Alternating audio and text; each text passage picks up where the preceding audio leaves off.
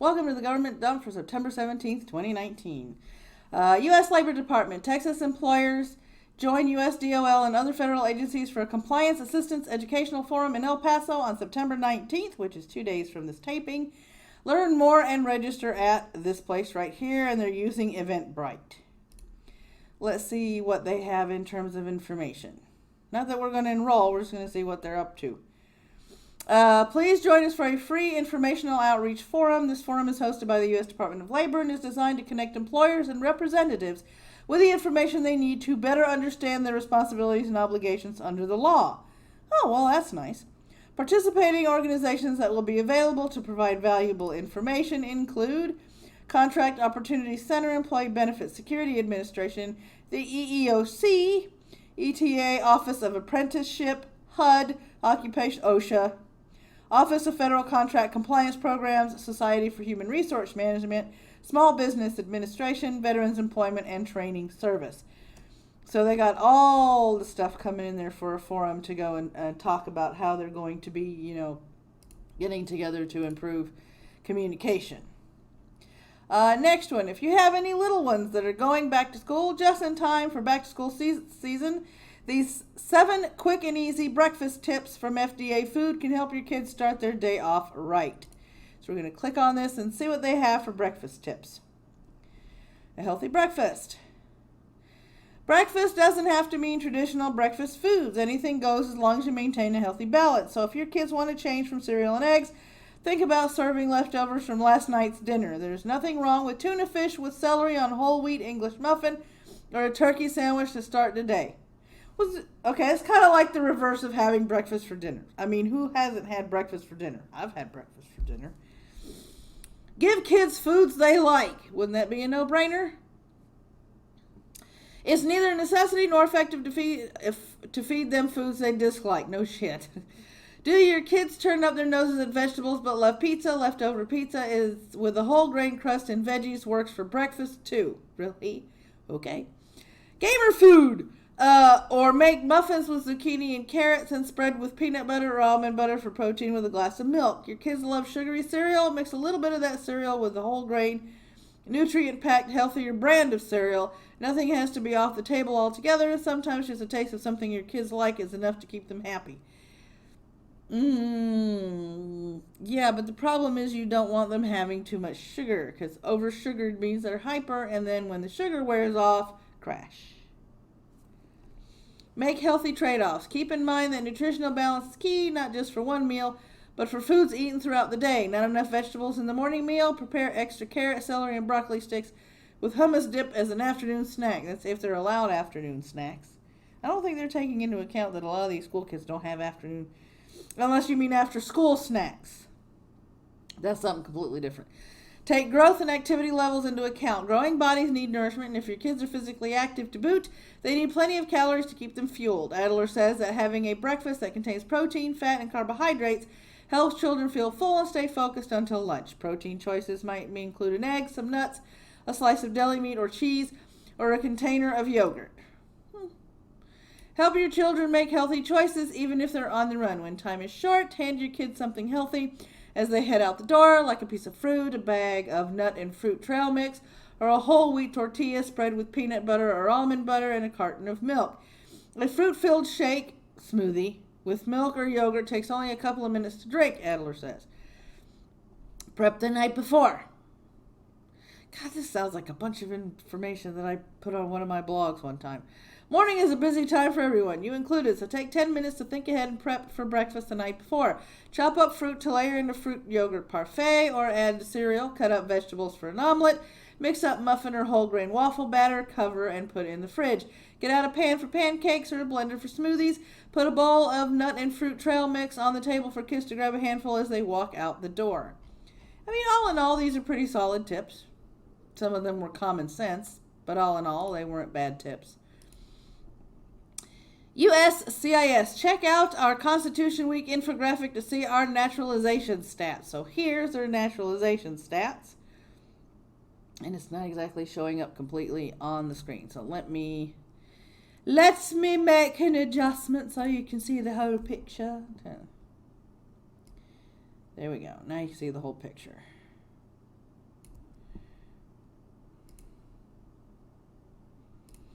All right, so 756,000 people naturalized individuals in the fiscal year of 2018, reaching a 5-year high in naturalizations, but were xenophobic. Average number of N400 naturalization applications, 932,000, and which is up from 2013 to 2015 as 776,503. So the applications have gone up. USCIS has experienced a 20% average increase in workload over the last 3 years. Some people will say, well, just hire new people. Well, how much money do they have in the budget? Do they have enough money budget to hire new people to administrate this 20% increase? See, it's easy to say you need more people and you need more employees, but the question here is, and will always forever be, how much money is allocated for this particular government department, and would they have enough in the budget to hire people to compensate for that 20% increase?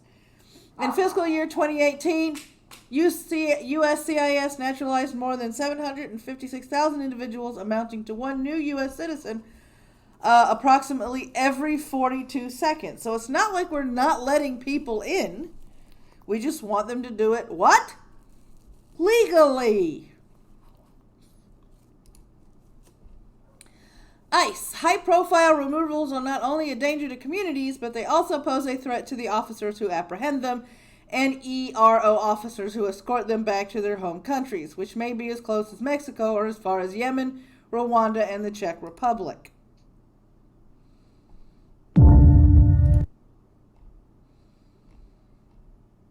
Since U.S. Immigration and Customs Enforcement was established in March 2003, the agency has removed hundreds of thousands of aliens, some of whom fall under the category of high-profile removals.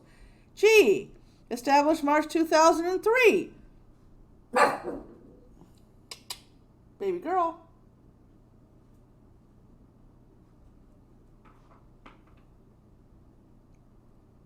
High-profile removals are not only a danger to communities, but they also pose a threat to the officers who apprehend them and ICE's enforcement and removal operations officers who escort them back to their home countries. Which criminal aliens fall under high-profile removal status? Most are fugitive alien removals, meaning that he or she is wanted for a crime in another country, regardless of the severity of the crime.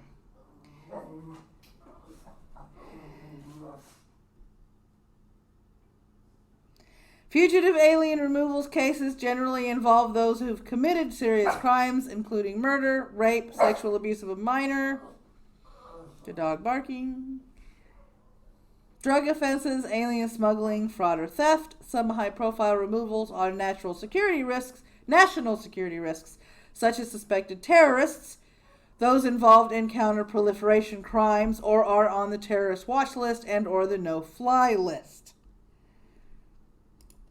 which is a pretty specific list.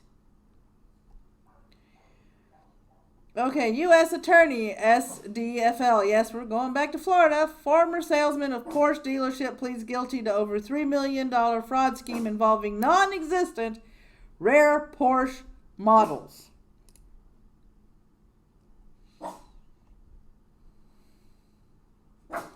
On September 13th, 2019, a former salesman for Copens Motorsports, DBA champion Porsche, Shiraz Sukrali, 45, of Plantation, pled guilty for leading a fraud scheme in which he entered into bogus sales orders for the sale of exotic Porsche models to over 30 customers throughout the United States.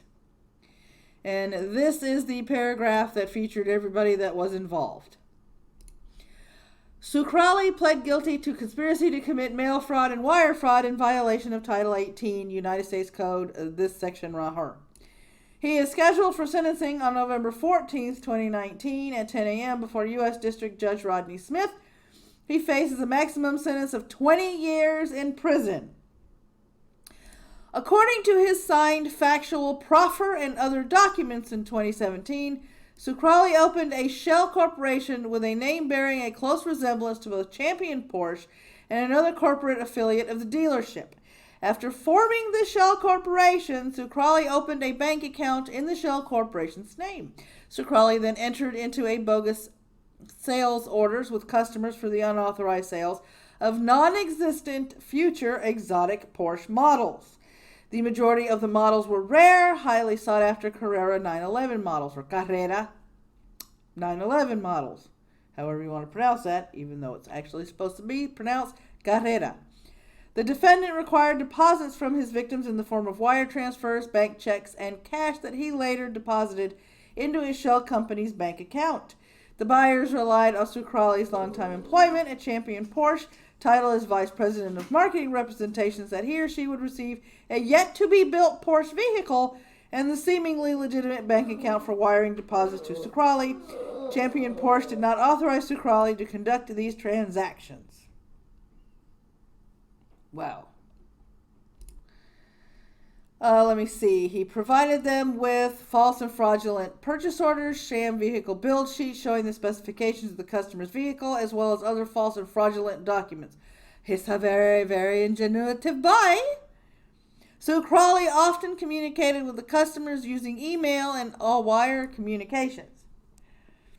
Throughout the conspiracy, customers wired or otherwise transferred approximately $3 million to Sucrali, which he used for his personal benefit. As set forth in the court documents, the defendant used the money for extravagant expenditures, including luxury vehicles, jewelry, nightclubs, and restaurants. Living the high life. Sucrali also funneled amounts in excess of $10,000 at a time from his shell company account to bank accounts he controlled.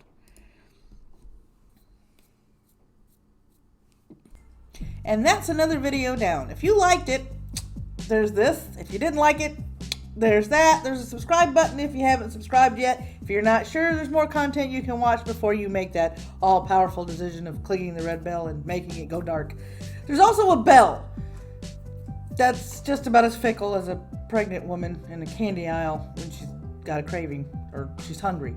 And because it only works whenever it feels like it. But the bell's there. In the description below is all the ways that you can support this channel, as well as links to blogs and other channels and so on and so forth. So, until next time, guys, take care of yourselves.